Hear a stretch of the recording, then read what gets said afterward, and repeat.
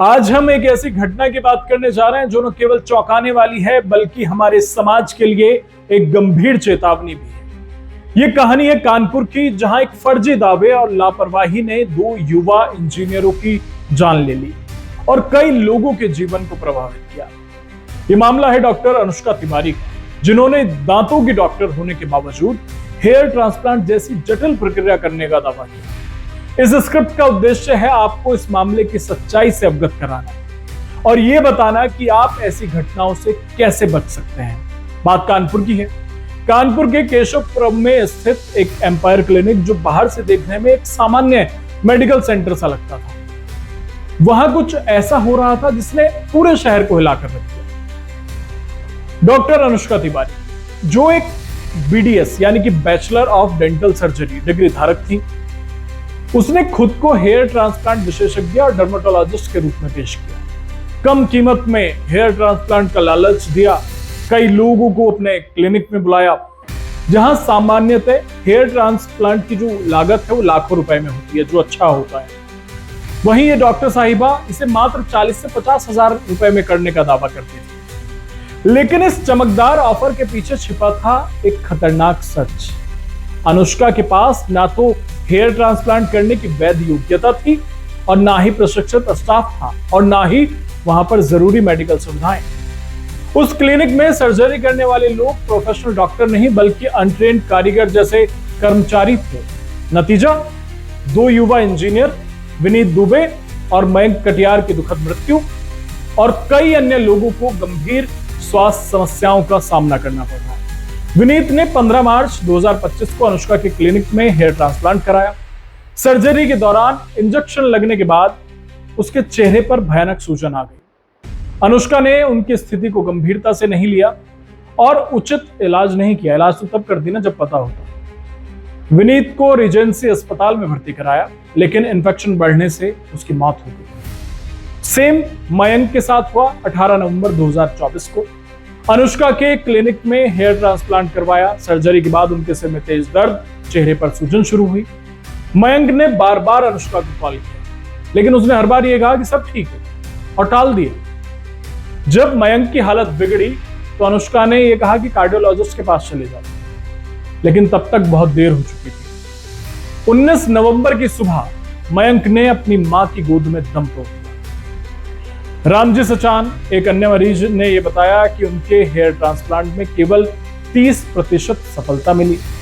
उन्होंने खुलासा किया कि सर्जरी अनट्रेन्ड कर्मचारियों के द्वारा की गई थी और अनुष्का जो ठेका लेती थी बाल लगाने का, वो स्वयं प्रक्रिया में शामिल नहीं होती थी। एक अन्य व्यक्ति ने यह भी बताया कि सर्जरी के बाद उनके चेहरे का आकार बिगड़ गया, जिसके लिए उन्होंने भी FIR दर्ज की। अब सवाल उठता है कि आखिर अनुष्का तिवारी ने ऐसा क्यों और कैसे किया? क्यों का जवाब है पैसा। जांच में कई चौंकाने वाले तथ्य सामने आए हैं। अनुष्का ने फरीदाबाद के मानव रचना डेंटल कॉलेज से BDS की डिग्री हासिल की थी। उनके पति सौरभ तिवारी ने भी BDS और MDS किया था, लेकिन ना तो अनुष्का और ना ही सौरभ के पास हेयर ट्रांसप्लांट या डर्मेटोलॉजी की कोई वैध योग्यता थी। फिर भी उन्होंने खुद को विशेषज्ञ के रूप में लोगों के सामने पेश किया। नेशनल मेडिकल कमीशन NMC के अनुसार हेयर ट्रांसप्लांट केवल रजिस्टर्ड मेडिकल प्रैक्टिशनर RMP जैसे डर्मेटोलॉजिस्ट हैं, प्लास्टिक सर्जन हैं, ENT सर्जन या सामान्य सर्जन ही कर सकते हैं। इसके लिए विशेष प्रशिक्षण, लाइसेंस और उचित मेडिकल सुविधाएं जरूरी हैं। अनुष्का के पास इनमें से कुछ भी नहीं था। उनके क्लिनिक में ना तो प्रशिक्षित मेडिकल स्टाफ था, ना ही इमरजेंसी सुविधाएं थी। सर्जरी से पहले जरूरी टेस्ट जैसे एलर्जी टेस्ट नहीं किए गए। एनेस्थीसिया की गलत तकनीक, गलत डोज के कारण मरीजों के चेहरे पर सूजन और इन्फेक्शन हुआ। अनुष्का ने कम कीमत में सर्जरी का लालच देकर मरीजों को आकर्षित किया। जहां अन्य क्लिनिकों में हेयर ट्रांसप्लांट की जो लागत है वो लाखों में आती है, वहीं अनुष्का इसे 40 से 50 हजार में कर रहे हैं। यह लालच कई लोगों के लिए घातक साबित हुआ। दोनों इंजीनियरों की मृत्यु के बाद अनुष्का और उनके पति सौरभ फरार हो गए। उनके क्लिनिक पर ताला लगा है और बोर्ड हटा दिया गया।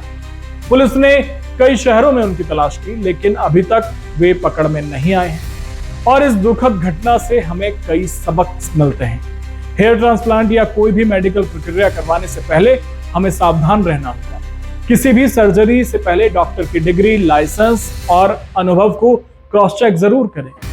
हेयर ट्रांसप्लांट के लिए केवल डर्मेटोलॉजिस्ट या प्लास्टिक सर्जन या समकक्ष योग्यता वाले डॉक्टर से ही कराएं। आप नेशनल मेडिकल कमीशन या स्टेट मेडिकल काउंसिल की वेबसाइट पर जो डॉक्टर का रजिस्ट्रेशन नंबर है उसे चेक कर सकते हैं।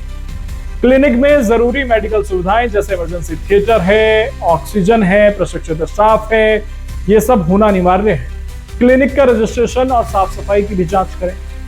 हेयर ट्रांसप्लांट से पहले एलर्जी टेस्ट, ब्लड टेस्ट और अन्य जरूरी जांचें खुद से करवाएं। एनेस्थीसिया की प्रतिक्रिया जांचना बेहद जरूरी है। अगर कोई डॉक्टर बहुत कम कीमत में और जटिल सर्जरी का दावा करता है तो सतर्क हो जाएं। सस्ते ऑफर अक्सर खराब सुविधाओं और अनट्रेन्ड स्टाफ का संकेत हो सकते हैं। ऑनलाइन रिव्यू, पिछले मरीजों की प्रतिक्रिया और विश्वसनीय लोगों की सलाह लें। गूगल सर्च के आधार पर, गूगल रिव्यू के आधार पर फैसला बिल्कुल ना लें। अगर आपको किसी डॉक्टर की लापरवाही पर शक है तो तुरंत पुलिस में शिकायत दर्ज करें।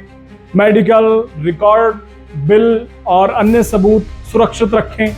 अपने परिवार और दोस्तों को ऐसी घटनाओं के बारे में बताएं। सोशल मीडिया पर सही जानकारी साझा करें ताकि और लोग सावधान रहें। विनीत और मयंक की कहानी हमें यह सिखाती है कि स्वास्थ्य से बड़ा कोई धन नहीं। एक गलत फैसला आपकी जिंदगी छीन सकता है, क्योंकि बालों के बिना काम चल सकता था। अनुष्का तिवारी जैसे लोग पैसों के लालच में दूसरों की जान से खिलवाड़ करते हैं, लेकिन हमारी जागरूकता ही हमारा सबसे बड़ा हथियार है। अपने स्वास्थ्य को लेकर सतर्क रहें, सवाल पूछें और सही जानकारी हासिल करें। अगर आपको कोई संदेह हो तो दूसरी राय लें। इस कहानी को अपने दोस्तों और परिवार और समाज तक पहुंचाएं ताकि कोई और विनीत या मयंक इस तरह की लापरवाही का शिकार ना बने। अगर आप या आपका कोई परिचित इस तरह की घटना से प्रभावित हुआ है तो डरे नहीं। पुलिस, मेडिकल काउंसिल या स्थानीय प्रशासन से संपर्क करें। आपकी आवाज सुनी जाएगी और न्याय मिलेगा। और आपकी आवाज फिर भी नहीं सुनी जाती है तो हमसे संपर्क करें, हम आपकी आवाज दें। नमस्कार।